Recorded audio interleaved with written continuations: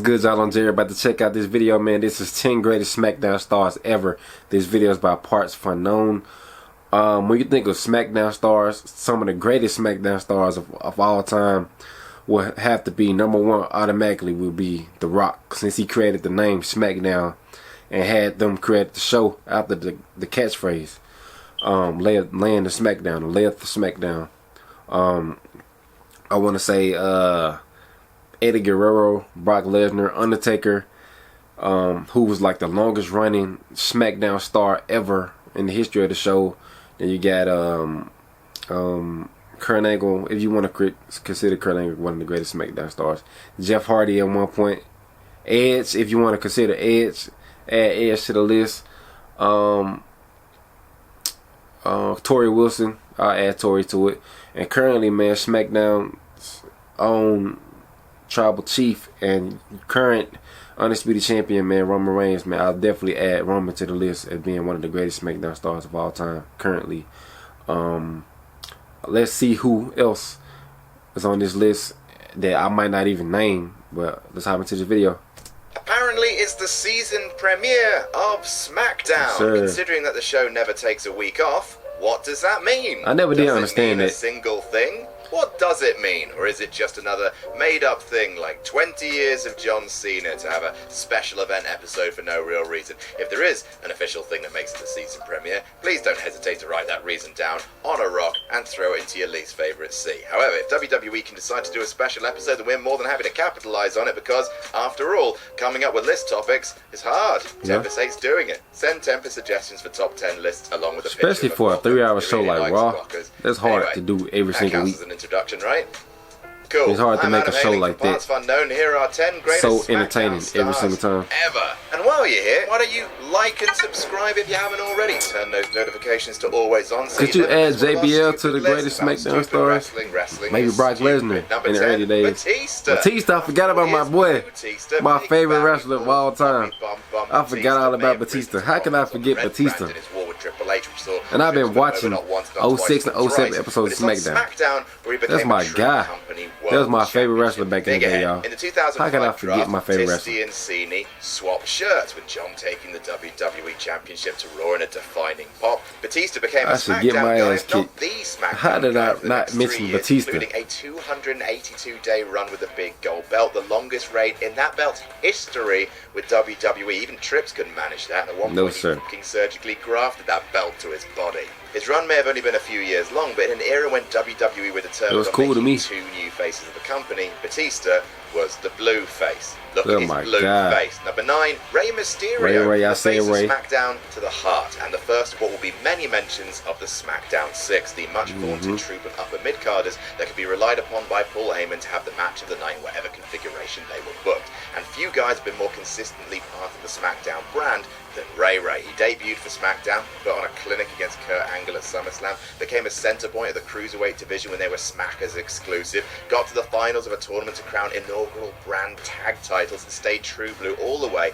up to winning the World Heavyweight Championship at Mania 22 to kick off a title reign that's considered patchy at best and wank dog ass at worst. The lad was SmackDown exclusive for 6 straight years. Good for you and your giant son. Number 1 gotta be Undertaker. Edge. I mean, when you marry the general manager of Edge ran SmackDown as one of the best heels in the company at one point.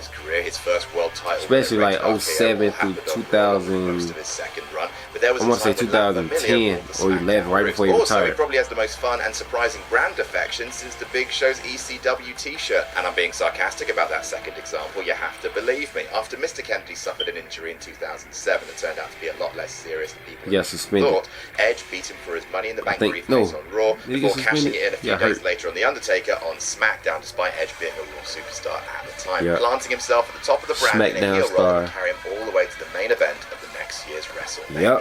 Number 7, AJ Styles. AJ, 2016. AJ Styles SmackDown Live. In the world, and I simply do not want to hear any ifs, any buts, or any That's true. nuts. That's true. In 2016, I wouldn't even also disagree. received its first proper overhaul in years, and AJ Styles found himself at the heart of that. 5 years after the brand extension slowly faded away in 2011, SmackDown was suddenly going live on Tuesdays, receiving 2 overexcited gay dads as the people running the show, and a big brand split coinciding with its first live episode. While SmackDown initially bet the farm on Dean Ambrose with his victory in the first and only Shield triple threat, securing the big belt for the Blue brand. AJ Styles ended up being much more of a figurehead, beating Ambrose for the title shortly thereafter and having a bunch the of face great that runs the matches, place. it to Cena and Smackdown Live is the house that AJ Styles built, and then winning it back later in the year from Redacted before embarking on a year-long title run for the Blue. His big reign might have been plagued with WWE's most I think he beat JBL's record he can't deny for the longest reigning SmackDown champion in Number history. 6, Kurt Angle. I He's said just Kurt. a favourite thing. Like, yeah, I know that when he came back to WWE after his time away, he was made the general manager of Raw, but damn it, he was general manager of SmackDown first. Real ones remember his wheelchair-bound authority. I mean, to be honest, that run was pretty fine. Kurt may have only been actually a SmackDown guy for 4 years, from 2002 until he was briefly transferred to ECW before he took a peek at that mess and said no thank you and went to tits and ass. But he was a phenomenal part of the Blue brand, potentially the best overall entertainer in the SmackDown 6, which is saying something. He main evented WrestleMania for SmackDown, was part of some of their greatest matches, the tag match at No Mercy 02, his Iron Man match with matches against Chris Benoit, particularly wonderful, as well as his the Royal Rumble 2003, man. Damn, that was a good match. They tried drafting him away in 2005, but needed someone to prop up the brand going into WrestleMania 22, so back he came a few months later. He was instrumental in building SmackDown as the industry leader in work alongside number 5, Eddie Latino Guerrero. Heat. Kurt Angle came into the brand Good to SmackDown as a main will guy. Chavo be one of the WWE champion? He could main event a pay-per-view anytime they wanted him to. Eddie Guerrero's rise to the top is a true honorably SmackDown story and mention Chavo Guerrero as one of the greatest SmackDown stars, because Chavo was on there as in the mid-card division, just killing it every single week, especially during his heel turn to US champ to WWE champion before he went to ECW. Yes, he was very good at Chavo really was a heel throughout his very whole funny. fucking career in WWE. Set for wild and intricate acrobatics, Really just think about it. and broad panto shtick for the casual. His carefully paced and joyfully received Latino rise to the Heat. top, dethroning Brock Lesnar and getting that moment at the peak of WrestleMania 20 is a shining example of why the brand Benoit. be a good idea, affording room to underutilized. Yeah, I picked Brock Lesnar, but number 1 has to be Undertaker for me. Number in my 4, opinion. Brock Lesnar. Let's Yep. be very clear, I am not talking about what happened on the first episode of SmackDown on Fox. That was a bad thing. That sucked. I hated that. Episode of SmackDown. Gotta go was a back to bad the thing. 2002, Yes, it 2003 was. Since he came Brock back, Lesnar he's been either SmackDown exclusive era, to Raw or a roving beast, when he was in the main staggering event at WWE Undisputed Champion, with it WWE Champion, fans have decided to care about this since they week, split the or belts finally back up at that digivolving into time. the happy farm we should all remember him as. But ever since he won the undisputed WWE Championship from The Rock at SummerSlam in 2002, all the way up to his departure from the company 2 The years next later, big thing. The next big thing was all SmackDown all the time. Cut him and he'd bleed blue if you could find a more sharp enough to cut through a mountain made of history's angriest whale. If he wasn't wearing the top belt, he was feuding for the top belt. He main evented WrestleMania for the brand. He won the Rumble. Became a 3-time WWE champion during that 2-year run. He was all about SmackDown until he was all about football, and then all about sitting quietly on a farm. He hated that schedule, man. Into his mouth. Number 3, The Undertaker. How Undertaker Mr. number 3? Morbid, the cryptic. He should have been number. Might not be someone you look at. Maybe The Rock's Think number SmackDown, 1. You're more likely to look at him and think, gosh, that. But I would say looks Undertaker tight. had to be Did you number know 1. Since the first brand extension in 2002, The Undertaker has always been on SmackDown. Yep. Right up until the extension ended in 2011. For almost 10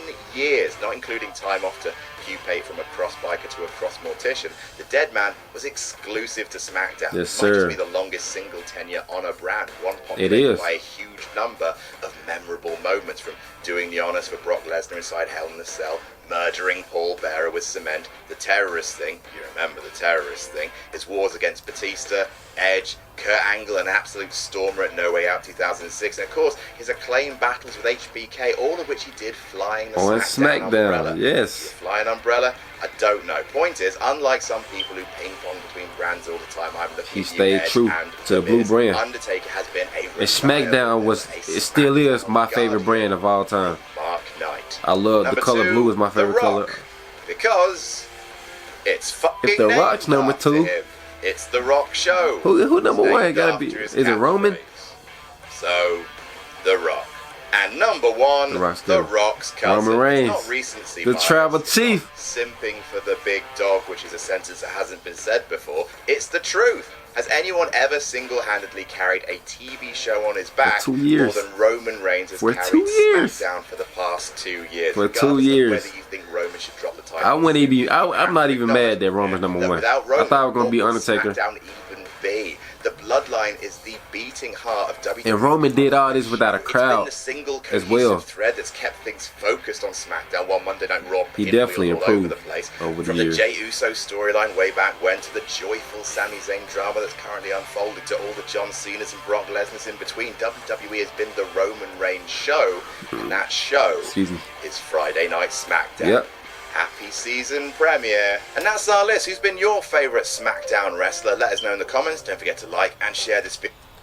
Alright, y'all, let me know down in the comments, man, what y'all thought of this list and who y'all felt like should be number one. I personally felt like Undertaker should have been number one because he was on the show for the longest out of everybody. Even The Rock. The Rock created the show, had the show named after one of his catchphrases. And I thought The Rock, if Undertaker was number 3, The Rock should have been number 1. But then they gave it to Roman and number 1. And I'm not even mad because Roman carried SmackDown for 2 years, man. Still currently carrying this show. And even without, at the time when fans were not even allowed back into the arena because of the COVID-19 situation, man. And Roman just carried it. Became one of the best heels in the wrestling history, wrestling business during this generation.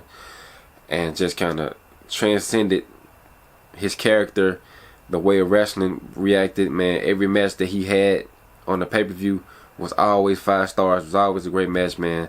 And it was so believable. It's still believable to this day, man. So let me know down in the comments what y'all thought of my reaction to this video. Like, comment, subscribe, and I'll see you next time. I'm out. Peace.